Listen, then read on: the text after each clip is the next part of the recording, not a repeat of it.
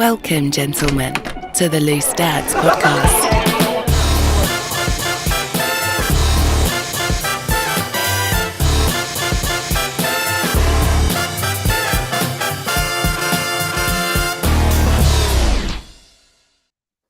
Hello, good evening, and welcome. This is Loose Dads from Dadsnet. Some dads doing some dad chat type things. We're going to be looking inside the news and see how that affects parents. We are going to be answering some queries from parents, big questions of the week, and we'll also be playing Parenting Would You Rather. But first of all, let me introduce the panel for you today. And this week, it's National Poetry Day. It's coming up this Thursday. So I have written a poem for each of the members of the panel. Okay, bring this on. There is a tall man called Brad, our favourite South African dad. He had renovations to house his relations, but his search history makes his wife sad. I love that, amazing. dude. Very good. Very good. Next up, Jack's guitars are so in demand that he sends them all over the land, but he spends all his days wrangling the craze, one with a poo in his hand.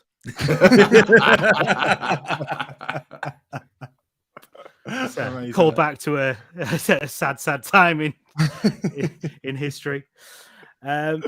There's this very short man who's called Sparks. He flies imaginary planes for his larks. He wakes up quite early, but he's not big and burly. He's mistaken for a kid when in parks. You are the poet laureate, Jim. You are. Yeah, man. And now here is Jim, who's our anchor, trying to make each show a banker. The ambition is bold because he's so old, and everyone says he's a thoroughly nice chap. So there you go. Welcome. And if you're one of my clients wondering why I've missed your deadline, it's because I've spent all day doing that. Yeah. Right, let's have a look inside the news and start this podcast.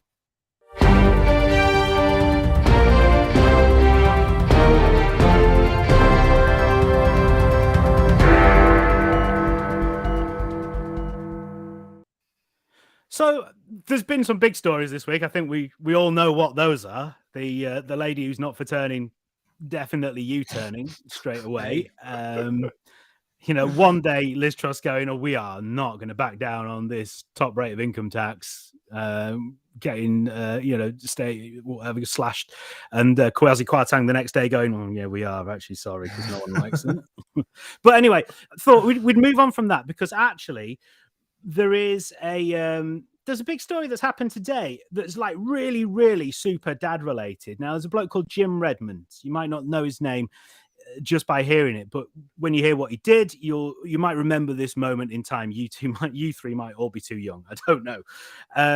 But he is the dad of Derek Redmond, the sprinter, who in Barcelona in 1992 is in the semi-finals of his race. He'd been injured quite a lot in the past, but he was looking good. He was in form. He was going for a medal, basically. He would have been, if he got to the final, he'd have probably been in contention for a medal. Halfway around the track, he pulls up, his hamstring's done, and he goes down. And then he realizes he's at the Olympics. He wants to finish off. Everyone else has finished. He's still got like 100, 200 meters to go. And he's hobbling, but his hamstring's completely gone. It's really bad. And then Jim Redmond, who is Derek Redmond's dad, came onto the track and helped his son. It's one of the classic Olympics moments. It's a really emotional just image of him helping his son hobble over the line. He wanted to finish the race, even though he didn't need to. All the stewards were telling him not to. And sadly, Jim Redmond today has died, aged 81. So I thought it'd be nice to pay tribute to it, because that is like what a dad moment that is, right? It really is, Jim. And if millennials who might not have seen it like live in 92, I've seen this video multiple times on TikTok. It's on Instagram Reels. You see it of like as a full-on emotional moment of the Olympic Games, like, and ultimate dadding to the max. Isn't it just, yeah. Like I wasn't very old in 92, should we say. So I wasn't, Jack. I wasn't aware of it. Come on, Jack. How old were you? I was 3. So I was born, that's something. But I don't remember the moment from it actually happening. But just watching it back, it's like, you like to think as a dad, any one of us would jump in and do that for our kid if they were hurt like that, you know? And it's a proper lump in the throat moment when you see it happening, isn't it? When someone else does it, like, just amazing. Apparently, because there were a few stewards telling him to get off his the track, and he was like, no. And then his dad came on, and he was like batting the stewards away, going, no, we're doing this. Apparently, he'd gone up to Derek and he'd said, look, you don't have to do this. And he was like, look, I really want to finish this. I have to finish this. That's what I'm here to do. But yeah, absolutely amazing. Just I thought it was worth commemorating an inspirational father on this, because, you know, like, it's a dad's podcast, so that's probably what we should be doing, right? It's sort of like pretty on brand as content. It's like it's a news story. It's fully dad related, and honestly, absolutely, it gives you that. Oh, like, I hope there's a moment where, like, not, you know, where Jackson goes through like stress like that. You hope that that doesn't happen. Like, if he's chasing a dream and, you know, injury gets in the way in the middle of it or something. But just the fact that the way he sort of like cries on his dad's shoulder, and you just see that level of support. It's just, you just think, I don't know. It's a full Goosebumps video. If you watch it, you just think, I want to be like that dad. Like, that's the dad I want to be. Have you heard the interview with Derek Redmond as well? He says he was running and he heard this sound go off, and he said he genuinely thought he'd been shot, but it was his hamstring going.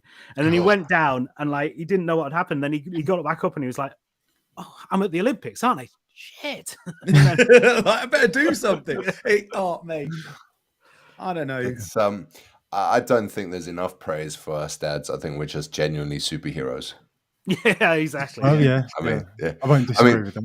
It's like it reminds. I mean, I don't know if you guys ever saw that story about that one dad. I think his son had like cerebral palsy, I think, and every single year he would carry his son through, like, I don't know if they were doing like the what I can't even remember the name of it. What is it when you do like running, swimming, cycling, and all of that? The triathlon, yeah. So like every single year he would carry his son and they would do this sort of triathlon thing. Wow. And he had kitted out, I think, his bicycle in a way that he could get his son into it. And even when his son was well into like being an adult, he would still do it with his boy. I think up until the point where he could no longer do it. Yeah. Which for me would be like a long time ago. 12 years ago for me, dude. I'm done. You know, age takes a toll on those knees, doesn't it, Jim? Yeah, it genuinely does. And the gout as well. Don't forget the gout. That happens. Oh yeah, of course. That dad completed all the triathlons throughout the UK. Remember, it was just before COVID, says this Facebook user. And someone else who's commented says, of Jim Redmond, as a dad, proud of his son and wanting to make his dad's dreams come true. What a great thing to see. So I thought we'd just dedicate this small part of the show to Jim Redmond, who died today, age 81. Right, Sparky, have you got a news story? Yeah, I mean, I have got a news story, and it's about a dad again as well. But it's a more fussy dad. It's do you guys all drink hot drinks? Are you all tea drinkers? Yeah. Yes. I mean, Jim obviously Barely drink anything else, but yeah. always find it a bit weird. Like, but someone I work with doesn't drink tea, and it instantly means I trust them less. Like, you know, if you don't drink hot drinks, there's something wrong with you, right? Like, Yeah. No, you should be on a register somewhere. Yeah. or you're a teenager. Well, this dad has got a specific way of making a cup of tea, which has kind of hit the news this week. He says you can't make a cup of tea with a cold spoon. Have you ever heard any of this, Jim, the big Yorkshire tea lover? I am a big Yorkshire tea lover. Someone has pointed that out in the comments as well. I can't say I imagine it's been ruined by the spoon not being warm enough. However, I am willing to listen to this and change my ways if it really will. You know, it's all about marginal gains, isn't it? Let's go back to the Olympics. They always say athletes look for marginal gains. So you never, if you're like Usain Bolt, you're never going to like knock a second off your 100 meters, are you? But you could knock 0.1 seconds and just keep working at that and that. So maybe all the bits of improvement. Well, this is it. I feel like for me, this is like how my nan used to be when it came to warming plates before a roast dinner. She'd be like, just put the plates in the oven. This is this dad's theory. He's teaching his son to make a cup of tea, and he says, look, if you're going to make me a cup of tea, I don't want you using a cold spoon, like straight out the drawer. So what he does is when he pours, you know, Jim, you're a professional tea maker. You need time for your bag to brew in the cup, right? So he makes his son lay the teaspoon over the cup, over the top of the mug, to generate the heat from the boiling water, and then only after then can he put it into the tea to take the tea bag out, because he believes it cools his tea too quickly. So he doesn't say, son, go and put that teaspoon in the microwave. Don't do that, man. Definitely don't do that, man. If you want to see a thunderstorm inside, maybe put a spoon in. But to be fair, I get your nan's thing about, warming up the plates, because food gets cold super quick, right? And it's annoying sometimes when you got a good roast and all of a sudden you're trying to tuck in and things are a little bit cold and stodgy. But surely a teaspoon conducts heat so quickly. While it's in, yeah. So it's not going to cool it down. The tea's going to heat it up rather than Really it cooling quickly. the tea down. Yeah. You never take the spoon out and go, oh, it's still cold. Still cold. In fact, we've all done that. You might have done it to the other half, where you take the hot teaspoon out and you put it on the back of your partner's hand or wherever in your kitchen. We've definitely done it with one of my old housemates before. Yeah, careful. This sounds like it's going in a place we don't want it to go. Okay, no, don't burn anybody. But I've definitely done it with housemates, where you put laddie bants with housemates, fine. Sorry, don't do it with your partner. Don't do it with your partner. It could end bad. But no, I just thought that level of pedanticness, and also what I thought with this story is the thing is with a cup of tea is it's never enough. You've got to wait 5-10 minutes for it to cool down, before you can even drink it. So surely the teaspoon is helping that. So if you're an amateur, if you're an amateur, you wait for it to cool down. If not, you'd like a normal person, you go in straight away. I scalded my chin on a cup of tea today because I wasn't concentrating. I was trying to read something that I was doing, probably one of those poems I was writing, and rather than put the cup to my mouth, I just put it on my chin. It really hurt. So the teaspoon had not cooled it down. Yeah, that's what you needed, mate. More teaspoon time. But that's how desperate we are for a good news story these days. That made the papers. A guy talking about cooling his tea with a teaspoon, because everything else is just, your mortgage is getting more expensive and life's crap. So that's what they're throwing into the papers at the minute. 100%. I'm trying it tomorrow though. So get the thermometer out, Jim.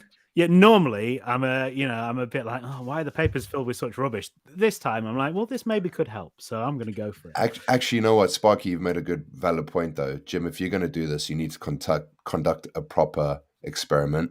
So we need to see the temperature of a tea made the normal way, using whilst what is the temperature before the spoon and after the spoon whilst it's been cold, and then before the spoon and after the spoon whilst you've steamed it, you've given it a facial. Right. Jim, I'm always looking for stuff for the Loose Dads reels, for Instagram and TikTok. So and that's a good put test. This one together. Yeah. Do I have to warm up the thermometer though before I put it in? No, have you got one of the COVID thermometers left over? The trigger ones. Point. Yeah, trigger ones. Oh, the guns. Point it in, that one will be good.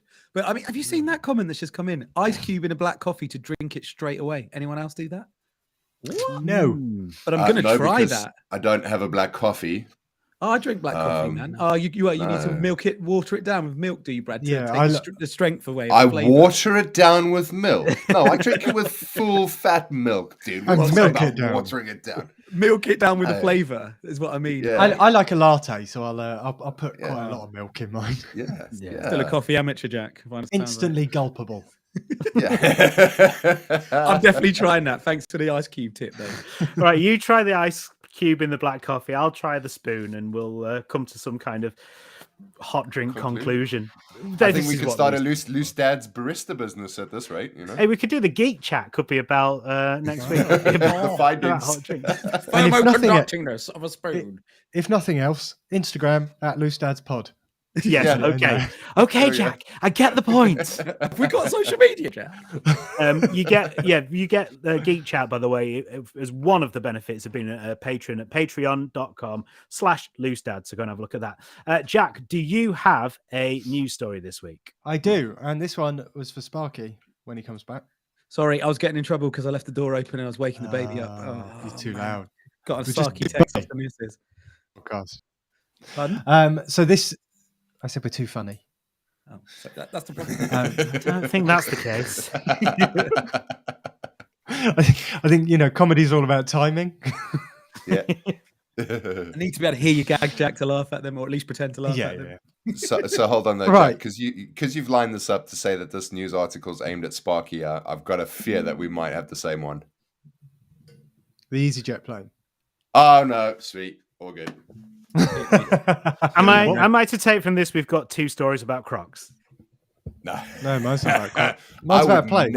I would never give Crocs that much publicity. No, Okay. I don't want to talk about them. No. Let's Fair enough. immediately shut that down. Yeah. An EasyJet plane was forced to make an emergency landing. Nervous flyers, stop listening now. After being struck by lightning. Oh, Okay. Lovely. They would have squawked 7700. Just so you know, guys. They did what done? The squawk. That's what you. If you're in an emergency situation on a plane, it squawks, and so everyone at air traffic control knows they need to give that plane immediate attention. When you say it squawks. Oh, well, because the squawk codes for planes is based on parrots. Yeah, because in the war when they had, do you want me to? Do you Yes, like- yes, please, yes. So when they used to have like original call signs, then they got nicknamed squawks. Like your squawk is the number that your plane is in the sky to air traffic control, and that is like because you squawk for attention, and you squawk 7700 when you're in an emergency, and that alerts in whatever language to air traffic control you're flying through that there is a problem on the plane and you need all eyes on that plane. Isn't that quite a long-winded emergency call? What, 7700. No, you don't say it. 777. Did I do 270? How many seven? Look, Oh guys, shit! Because 77700 is we've run out of 2. No, Yeah.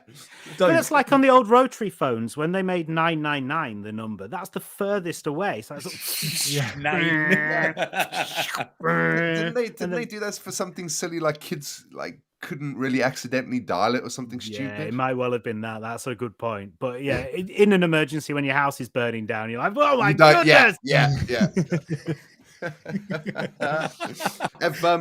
I've got a story about flying back home from SA. So like we always used to find, so South Africa sometimes in summers it's amazing because like your days would be scorching hot, but like dry air. So not like over here where it's humid and it kills you and it suffocates you to death. And then like at about 7 p.m. at night, it would just thunderstorms, lightning storms, like just piss it down. And then you wake up next day and it's bright blue skies again. And then it would do the same sort of thing. And I used to hate it because I'm a bit of a nervous flyer. And every time we would go and visit SA, I'd always be like, oh my God, I don't want to fly back because you know what's going to happen. It's an evening flight. And then, Maybe a storm. and the last flight we did back with the boys, generally when you take off on an international flight, how long does it take till you kind of reach your cruising altitude? 10 minutes? Well, Before they take off he'll this- tell you. You want to get to 36,000 feet, which you could, maybe 8 to 10 minutes. It just depends on how steep a climb is or what air traffic control tell you to do.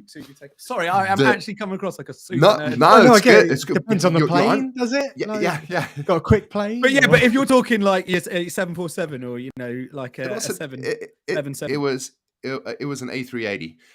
It depends on if it's a Squawk command or if it's a Phoenix command. But basically anyway, the storm clouds were so high, and I think we got hit with lightning anyway because it was going all around us, and all of a sudden the lights on the whole entire plane just went like dim and blow out again and dim. But anyway, it took about 25 minutes where they were just climbing. I think we got nearer to 38,000 before they could at least so try to go over the storm. really above the clouds, dude, because the storm itself was so terrible. And that was one time I really learned that flying with kids, the one thing I like about it is they can help keep you distracted. Yeah. In that instance, for me being a nervous flyer, I was like able to be like, oh wow, buddy, check it all out, look at that, oh wow, how cool is that, and then Logan was like excited and talking about it, so it kept me also distracted at the same time. But it was For the first time he had to go and take you to the bathrooms to change. Yes. Yeah. Exactly. Do you not put a brave face on for him? Because that's what I was doing whenever I get nervous. No, of course you do. Of course you do, dude. But like, It's like, you're the dying engine's inside. still on, son. Don't worry. But that's all it is. It's that sort of outside facade of like, yeah, everything's great, but inside I'm dying. But it helps. That's the right. Go on. One of the worst things about being a parent, isn't it, is that you've got to put a brave face on everything. Yeah. Like wasps. Oh, it's just a wasp. It's fine. And inside you go, don't sting me. But you can't do that with the kids. You have to just go, this is fine. It's our friend. Look, let's joke it. I'm terrified. So Don't was the kill plane all wasp. right, Jack? Where did it do the emergency landing? What other info? It's like, Yeah, close the story now. Okay. Yeah, it made an emergency landing, and then someone in Italy, and they got public transport to another part of Italy. they often do. I don't get know. like- I only read headlines, don't I? Yeah, Okay. no, that's true. That's true. I mean, that is very much like you've just opened a newspaper and gone that one, and planes, Sparky likes planes. That. Yeah, That- yeah. Oh, Exactly. hold on. Exactly. Are we meant to actually read the articles? I mean, that's just. I mean, Oh. probably with some of your articles, Brad, probably not. Yeah, probably the not, yeah. other thing I was going to talk about, like I scrolled through maybe 6-7 pages of news articles, trying to find something that Positive. wasn't just awful. And the one that I was going to bring, I'll just tell you quickly. Yeah, Brad, yours isn't about the chicken that crossed the road, is it? No. Okay. I was today years old when I learned the real meaning of the chicken crossing the road joke. All right.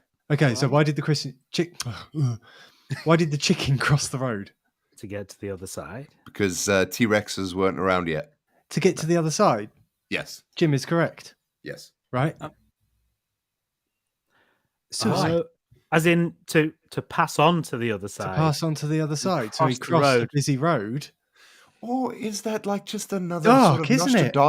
Nostradamus thing of it's open for interpretation? No, because I never thought it was funny. I never got it. I was like, it doesn't make any sense. Yeah, because that was the thing. But It's like just a every- stupid joke.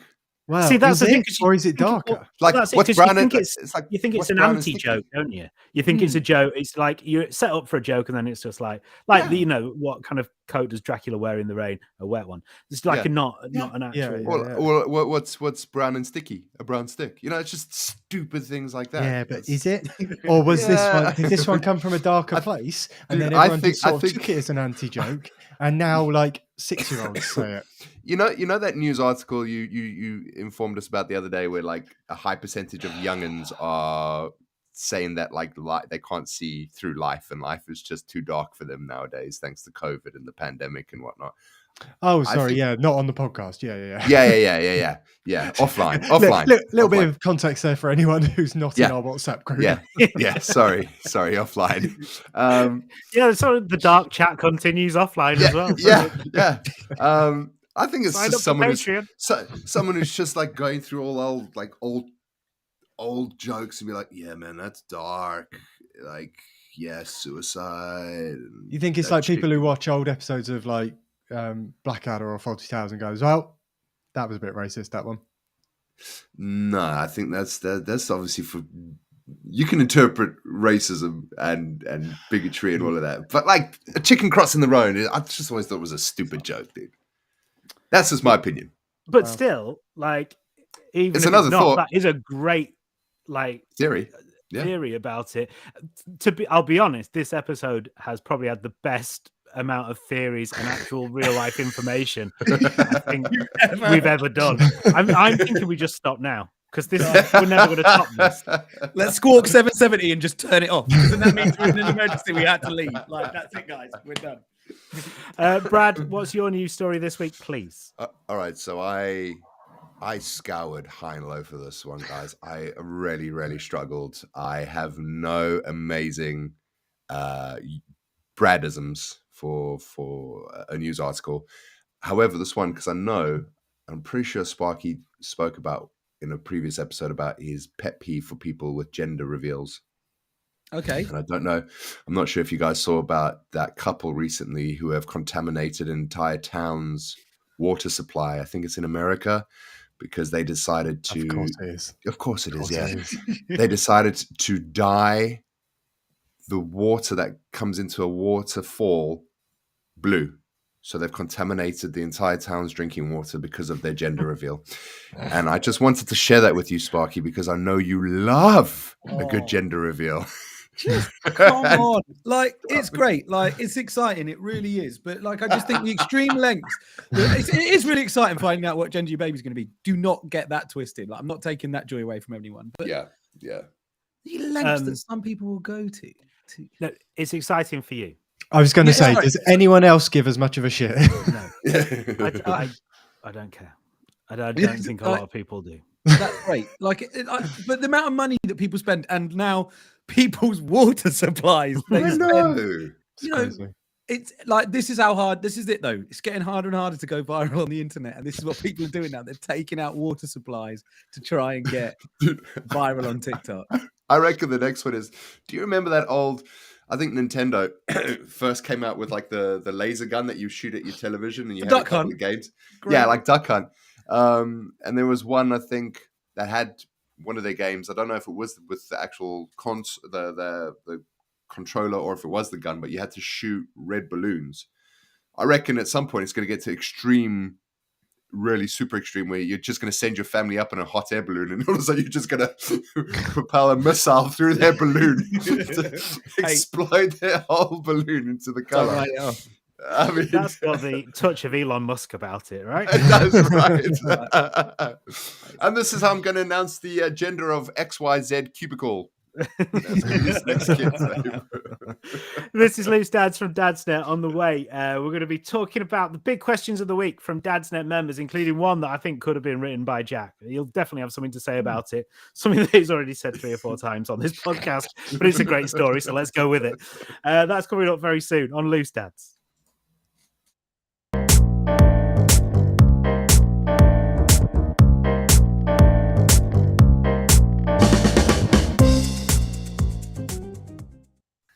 Now then, Dadsnet and Farshawe have teamed up to run a study on the positive impacts of dads regularly reading with their children. So what's happening is a load of dads with Dadsnet getting some books from Farshawe, like a wide different selection, sitting down with their kids every night and making sure that they read to them and getting the kids involved in choosing the books and then sort of documenting what goes on. And we'll have the results from that study, which we'll share after the study is finished.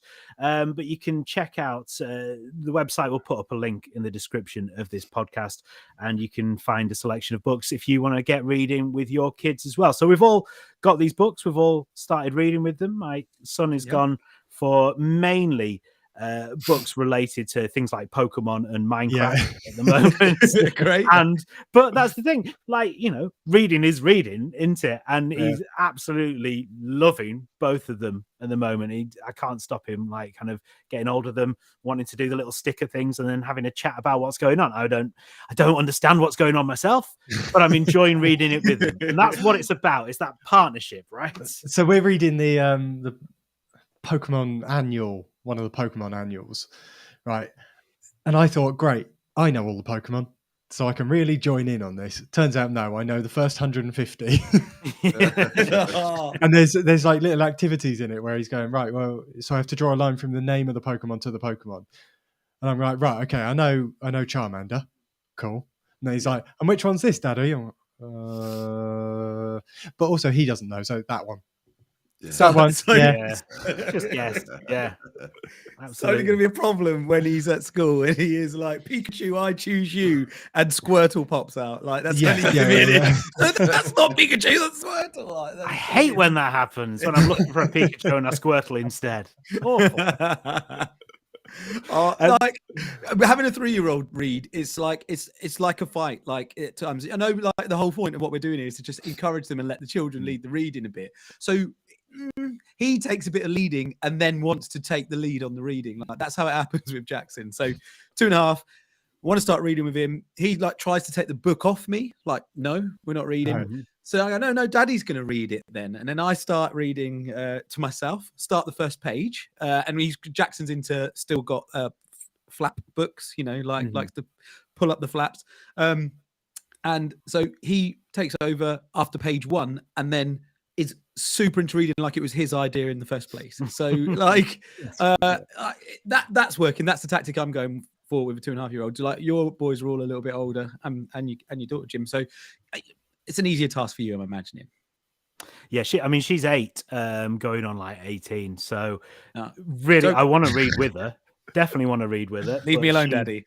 Yeah, she pretty much wants to shut herself in a bedroom and read and listen to her Bros tapes or whatever it is that teenagers do nowadays. I don't know. I mean, but actually, it is nice because she enjoys that sort of interaction, but she is very much kind of like an independent reader. But it's nice to kind of discuss. Because obviously with Seth, with my 5-year-old, it's very much me sort of leading it and him going, oh yeah. But with her, she's reading it and leading the conversation, and I'm finding out a lot about it as well. And it's really it's really interesting to get into like an 8-year-old's perception of what's going on in these stories that she really likes. It's fascinating stuff. Getting Elsa to do a bit of deconstruction like an English teacher. Yeah, no, I'll set her an essay. So, I, Brad, how's it going for you, mate? Yeah, I mean, like ever since the kids were small, we've always tried to read as much as possible. And even to this day, I still do it. Like there's a couple of book franchises I previously over the last few years have been buying the sets for, and we'll read it mostly every night. I'll try and get through a chapter, and I love it because the boys get so engrossed in the story that like I'll finish a chapter and then they'll be like, oh, come, let's do rock, paper, scissors for another one. Like I want to chat. I'm like, yes. And then I'll look at the next chapter. I'm like, oh, that's about 4 or 5 pages. Yeah, okay, that's not that long. That's fine, I'll do it. Yeah. And then sometimes you look at it, you're like, that's 12 pages. I'm not doing that kind of thing. I'm not committed to that tonight. No, I've not had my dinner yet. I need to go and eat. Jake's been reading Stig of the Dump recently, and similar thing. He's like, "Daddy, can we do another chapter?" I was like, "It's 40 pages. No, we can't. no. One chapter a night." I said. So I admittedly though, with being struck off with COVID and my books haven't arrived last week, I haven't had a chance to start with the books that we've ordered, but the ones that the boys have got, I'm really excited to actually start reading. The boys are actually also really good at reading themselves, like David Williams, and at the minute, so Cole's really into Diary of a Wimpy Kid and a couple of Roald Dahl books and stuff like that. And it's funny though, because he'll go off and he'll read, and then he'll say, oh, what pages do you read? Oh, 60 to 75. Okay, great. And then I'll quickly just browse through them looking for like tricky words to see if I can catch him off. And you know what? He's like some of these words, and I'm like, oh, say that. And he gets it. I'm like, shitting hell, man. Like I'm literally, I'm expecting one day to just flip the page and he'll be like, yeah, Dad, that's disestablishmentarianism, don't you know? What's wrong with you? So I'm this whole thing I know is going to be an amazing journey for us, because I grew up, I never liked reading, but only since the boys have come about I enjoy it, because I would put on character voices, and we know this of you, Brad. Like you're definitely fully submerging yourself into the story. Yeah. And so seeing their passion, love for it helps with me as well. So it's lovely to see my boys enjoying reading, but not because school's told them to read, Yeah, they just enjoy it themselves. So yeah, it's going to be a good one. I'm really, really happy about this. This is the reading study that we're doing. Far Short and Dadsnet teamed up together, and we'll give you the results, and there'll be videos and stuff you can find out more about getting your kids into reading with you. If you can, as much as you can. Every night would be great, but let's face it, people's schedules don't mean that can't happen a lot. But any of the positive impacts of dads regularly reading with their children, that is what we're looking for. So find the website in the description of this podcast. This is Loose Dads from Dadsnet. Let's do the big question of the week. The big question of the week. The big question of the week.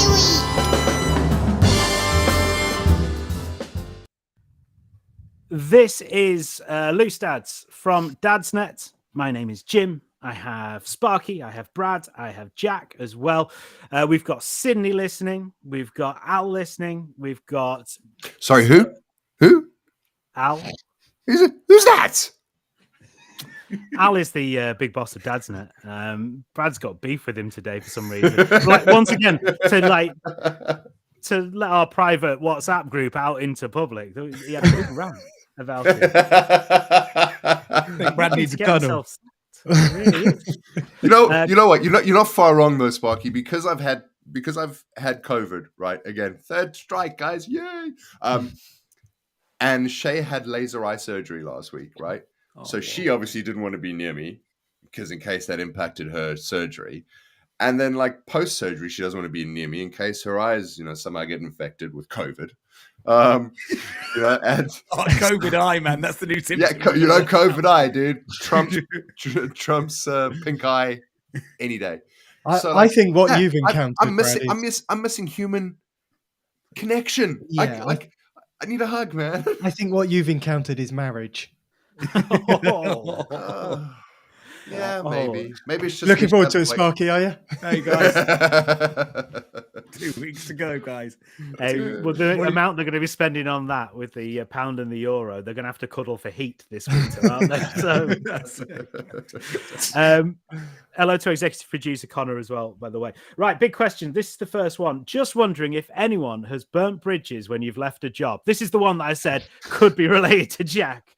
My current employer has been treating us like rubbish. I leave on Friday and I really want to tell management what I think of them. Is it a good idea? Now we know. Let's go to our Burning Bridges correspondent, Jack Allen. You have burned bridges when you've left a job, have you not? Yes, I have. What was the outcome of that? I mean, just quickly recap the story if you would, because it's worth it. I got fired at a public event, a charity boxing match. And as I was leaving the charity boxing match, I shouted at my now former employer, F you, you little C. You're nothing without me, you little C. F you. That's poetic, right there. Is that a haiku? No, it's F you. Oh, hey, there we go. That would have been better if I'd have said the word. So, how's that worked out for you, Jack? how's it worked out? Have there been any detriments? Have there been any positives? Haven't had a lot of business off him since. Right, okay, no, understandable. I went freelance not long after that, and I was fired rather than I went freelance, right? But it hasn't impacted my career even remotely. So it's a funny story to tell. I don't know. We need a bit more context. What is this guy going to? What does he want to do after this? If he's working on the butcher counter at Sainsbury's and then wants to go and work in the bakery, maybe no. Don't do it, man. Don't do it. Move on to the candlestick maker, and then you have that gap between you. So that'd be good. He has got a new job to go to, and he's leaving to go to a new job. So, I mean, my instinct would be no, just in case in the future. Yeah. But realistically, come on.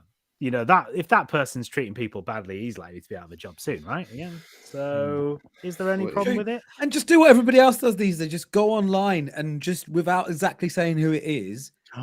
Glassdoor. Yeah, yes. Out them. Like Glassdoor, Festhole, whatever, all of those things, and just say about how much of a jerk they are or whatever, and just then you feel better for getting it off your chest and know that other people know. And just make sure you're using a VPN whilst you do that, so you're untraceable. Mate, I got a invoice paid from a client that hadn't paid me for a year and a bit. So I went on Glassdoor, said they never pay their freelancers. Within 10 minutes, I had a phone call from them going, "No, was this you?" I was like, "No." Just so you know, we're going to get this paid today now, and just if it was you, would you mind going on and removing that, please? It does have an effect. People do feel the pressure of that. That's interesting. That and Google reviews. Yeah. Not that I'm trying to tank anyone's business, but if they're a dick to you, if they deserve it. I mean, that's the thing. That is a legitimate thing to put on Glassdoor, because if you're thinking of working with a company and they don't pay people need to know that, right? So you're not going out of your way to tell people lies about the company. I wish I had burnt bridges, to be perfectly honest, with one of the companies that I left that let me go. But it was in radio, and so they went, well, we're not renewing your contract, but there might be some cover work for you at some point. Of course, yeah. I was desperate, so I went, oh, okay, right, and then I left quite meekly, and now I wish I'd done a jack, basically, because they deserved it, and they were subhuman scum. Got this one from a Facebook user. It says, I walked out at dinner time and texted them when I got home just to say, big F you bunch of W's. Slightly embarrassing, though. I love that text. Just walking out, not saying it, and I'll just text it. Just right now, I feel like we're just a horrible episode of Sesame Street. Yeah. Big F you little C, and you bunch of W's. This episode is brought to you by the letter Cookie Monster. Hello to Liam as well, who's listening. Right, this is another one. Would anyone else feel uncomfortable with their partner going to a pimps and hoes party dressed as a hoe? My partner's just told me she'll be going with friends to one this weekend. I'm not invited by the sounds of it, which would be fine if it was a normal party. I'm just not sure how I feel about it because the type of party, trying to figure out if I'm being irrational and unreasonable. Yeah, you are. Who is holding a pimps and hoes party?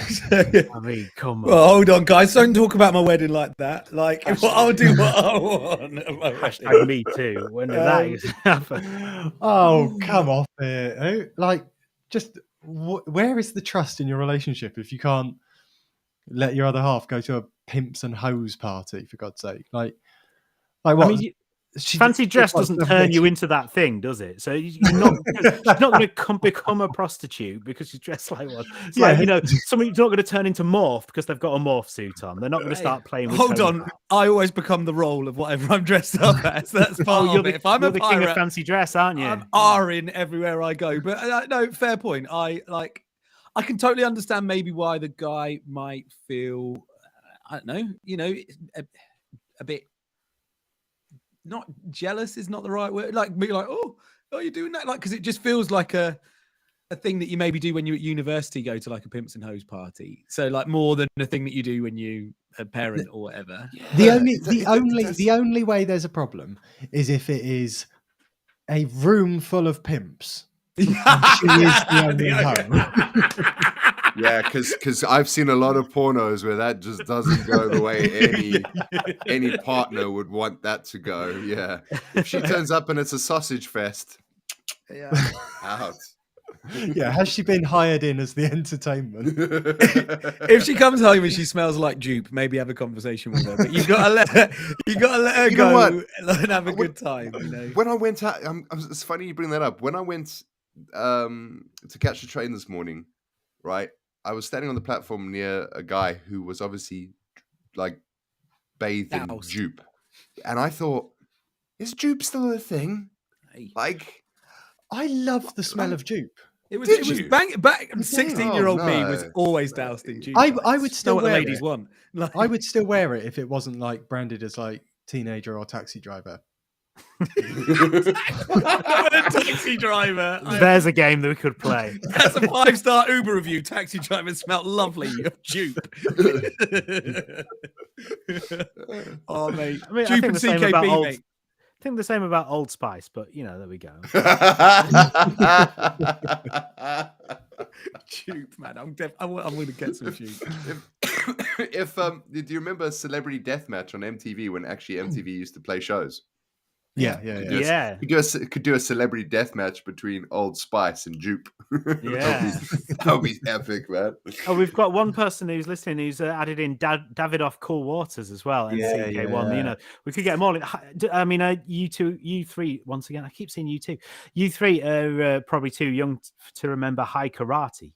Does anyone else remember that? That was High Karate was absolutely classic. Awful aftershave back in the day. My granddad used to have it. Didn't make him do karate. It did when he gets pissed and he chopsticks you in the side of your head.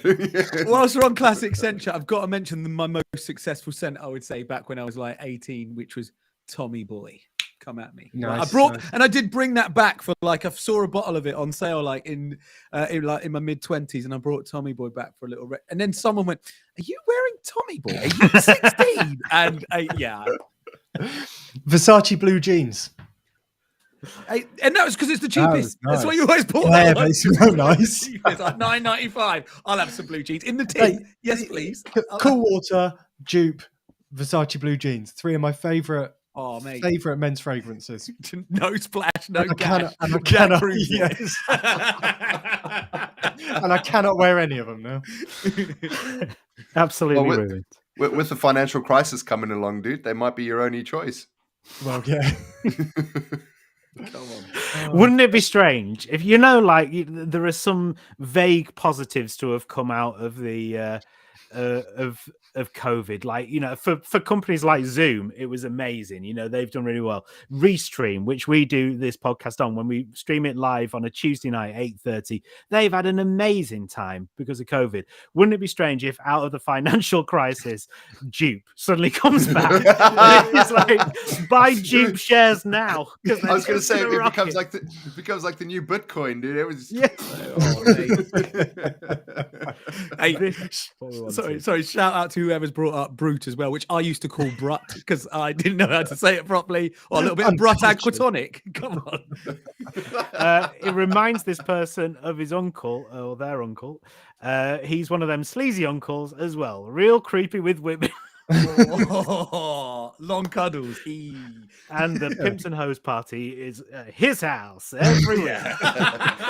Be worried. This is Loose Dads from Dadsnet. On the way, we'll play Parenting Would You Rather, asking awkward questions about parenting, sort of. That's on the way next.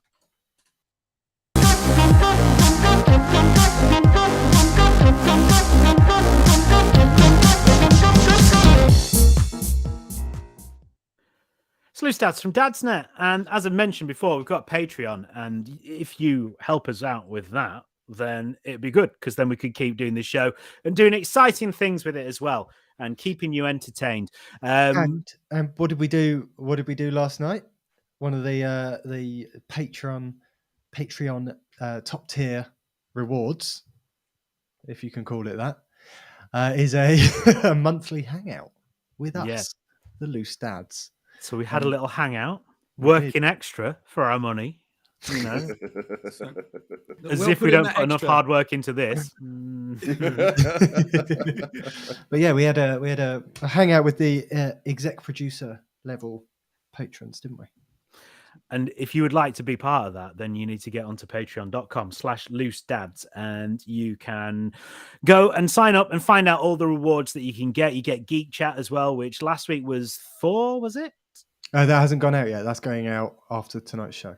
Oh, right. Okay. So that's going out. And It's so, still because maths went out last week, you see. Because we have maths. But yeah, I mean, maybe the next Geek Chat could be about aftershaves, retro aftershaves. I feel like I'll put that one forward. Come on for a Patreon chat and discuss your favourite aftershave of the 90s. That needs to be the next time we all get together. We all need to choose a different 90s aftershave. would it surprise you that I had some in my room right now? I have got some quite vintage aftershaves that I don't ever wear. Oh, vintage, of course. What have I got? I'll send you a picture. Vinegar. I'll send you a picture in the morning. But, Okay. You got jazz. Have you got a bottle of jazz, Jim? Like, that's a I classic. can't remember what it is. I think it might be Brute. I think I might have some Brute, and there's something else as well. Equally classic. But anyway, that's for another time. Let's do the big, the Parenting Would You Rather. Yeah, you know that thing.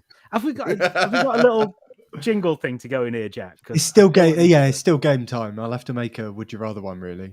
All right, okay. Oh, look, sorry, guys. Just before we do that, I think Danny's chimed in here wanting to know if we were the hose.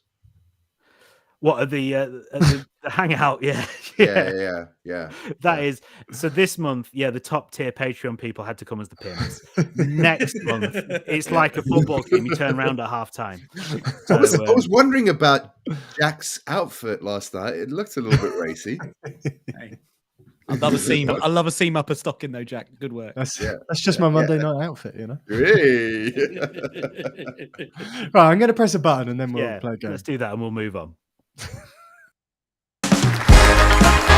Ladies and gentlemen, it's game time. It's parenting would you rather. So questions vaguely related to parenting, or at least things that parents might know something about anyway. So I'm going to go to Sparky first of all. Sparky, you can only feed your child bread and water for the rest of their life, but would you rather it was fresh bread and dirty water every day, or moldy bread and fresh water every day? Oh my God. Jesus. It's cost of living crisis. This could happen. Can I filter it through a sock, the dirty water? I mean, fresh, moldy bread makes me feel, wow. Unless, it's all we've got, and then you whack it in the toaster, don't you, and pick off the mold. Like, yeah. However, right. Yeah. I read something the other day that says, when you pick off the mold, yeah, there's still like little roots of mold that are going through that you can't see. So it's still quite moldy and it can make you quite ill. So, but you eat moldy cheese. Yeah, but that's right. But then that's controlled mold in a certain way, isn't it? So, you are a poet. I feel a saying from my mum coming on here. Well, never killed me, so I'll eat it. Never killed me when I was young. So and I feel a saying from the people who died from eating moldy food, who said nothing because they're dead. Yeah. I don't know. I mean, I really feel like I'm in a corner here, but I'm desperate to feed my child. So, I would go. Yeah, I'd filter the water through a sock. You haven't really made clear how dirty the water is, but fresh bread, at least he's gonna have something. I think you've chosen the wrong thing. Well, do I go clean water and dirty bread? Is that clean water? Like people die from drinking dirty water. Oh yeah, you get dysentery very easily. Yeah, and you need to drink more than you need to eat, right? Well, yeah. Eventually, and it doesn't matter. But if you cook the bread or something. Okay, yeah, all right. Thanks, Jack. You saved me and my child. This is what we are. We're a support network here. Poor Jackson. Even in Would You Rather games. Yeah, okay. Yeah, I'm going to go for clean water, please. Right. Okay. Sparky, can I just ask, if you ever get into a life or death situation, please can you ring Jack first? Just to talk you through it. Mate, I literally Google, is it okay for a toddler to eat this? Like, I mean, basically, Jack is my Google when we're live. That's it. Yeah, perfect. Jack, okay, then, would you rather have more money or more time? More time. I was going to say, you work for Dad's Net, so you've got very little of both. Because with more time, I could make more money. Okay. Is that a loophole I'm allowed to exploit? Yeah, I'd not really thought about it. I suppose so, yeah. So I guess, if you had more time, then you could find some crazy side hustles. Yeah, pick up some of that. I could actually build some guitars again. It's been a long time since I've done that. Oh, know what, though? Much going on. This question has reminded me of a really profound thing I saw on TikTok the other day, and it's really stuck with me. And it's like, you know how much money you've got in the bank, but you don't know how much time you've got. So don't piss about. Make the most of your life. And I know it's really stuck. Is that what it said? Don't piss about. Something like that, So it's a much cooler thing because it was on TikTok and it, it had funky music in the background. But it's so true. It's like, you know what you've got in the bank, but you don't know how long you've got. So have a good time. Enjoy yourself. It's later than you think. That's the phrase that sticks with me. Well, because it's the Scar one, right? Yeah, so, yeah, that helps. If anything's in a Scar song, Jack's gonna sits there playing it to himself. Yeah, that's the impression I get. He's all I see what you've done there. That was very clever. I drop that one all the time because I know it's the only one that any of you will get. Exactly. Yeah, but you should. I've got a friend that you could send yours to because he'd get it. So just send a message to Rudy and he'll. Nice. I think I've got his email address here somewhere in one of my pockets on these baggy trousers. I got that one. Thank you. Brad, would you rather, Brad, have a terrible boss but a great job, or a great boss but a terrible job? I've had terrible bosses and terrible jobs at the same time. Yes, see previous stories. Whereas Jack obviously has a great job and a great boss, right? Obviously. Yeah. 2 blinks for not really, but that whole. I'm staying very quiet in this because that whole burning bridge thing you were talking about earlier. That is a really tricky one. I guess I'd rather have a great boss and a terrible job. Okay. Because at least even if the job is shitty and demoralizing, at least you've got camaraderie with your boss who can help you see it through. Cool.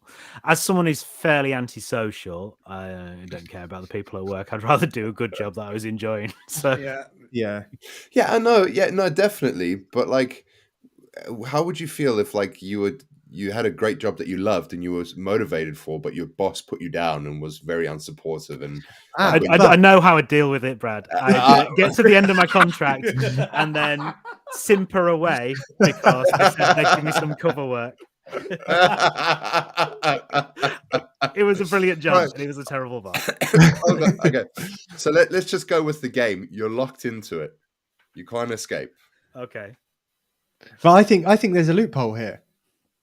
I found another loophole. Go on. That if you've got a terrible boss but a job that you love, that obviously means that the terrible boss isn't getting in the way of you loving your job, and therefore that would be the one I would take. And Jack. And no, I'm not saying this is from personal experience, but you can really, really mess around with that terrible boss and wind him up in ways that he doesn't even realize. For instance, that is possible to do if you really wanted to. Like, I imagine if you were in that situation, Cup of coffee, boss. Yeah, exactly. So, Jack's boss, just watch out. Yeah, Yeah, you effing W. We should do that, shouldn't we? Today's show was brought to you by FCs and Ws, and it's the number. What was the number? 7700. Is that the number? That's it was brought to you with? Squawk. Yes, Jim, well remembered. Go and read about it. It is actually interesting. It actually is. Well, we'll see. So there's some takeaways from today's show. One, we're all going to read up on 7700. 2, we're going to try black coffee with ice cubes in. 3, we're going to try warming up a teaspoon over a cup of tea, right? No, none of those. We will reconvene with the live stream next Tuesday, 8:30 on the Dadsnet Facebook page, on the Loose Dads Facebook group, on the Loose Dads YouTube as well, and other places also. And we'll find out what we've learned in the previous 7 days. Also, this is available where you get your audio podcast from, so Spotify, also on Apple Podcasts, Google Podcasts, and all those sort of places. If you could, what would be really nice if you'd go and give us a really lovely review where you can, 5 stars, and write some nice things about us. And the most important thing you can do, and it won't cost you a thing, it will barely take you any time, is just tell someone else about this podcast and get them to listen as well. Another dad who you think might well appreciate what we're doing, but also anyone else. They don't have to be a dad. They might like it anyway.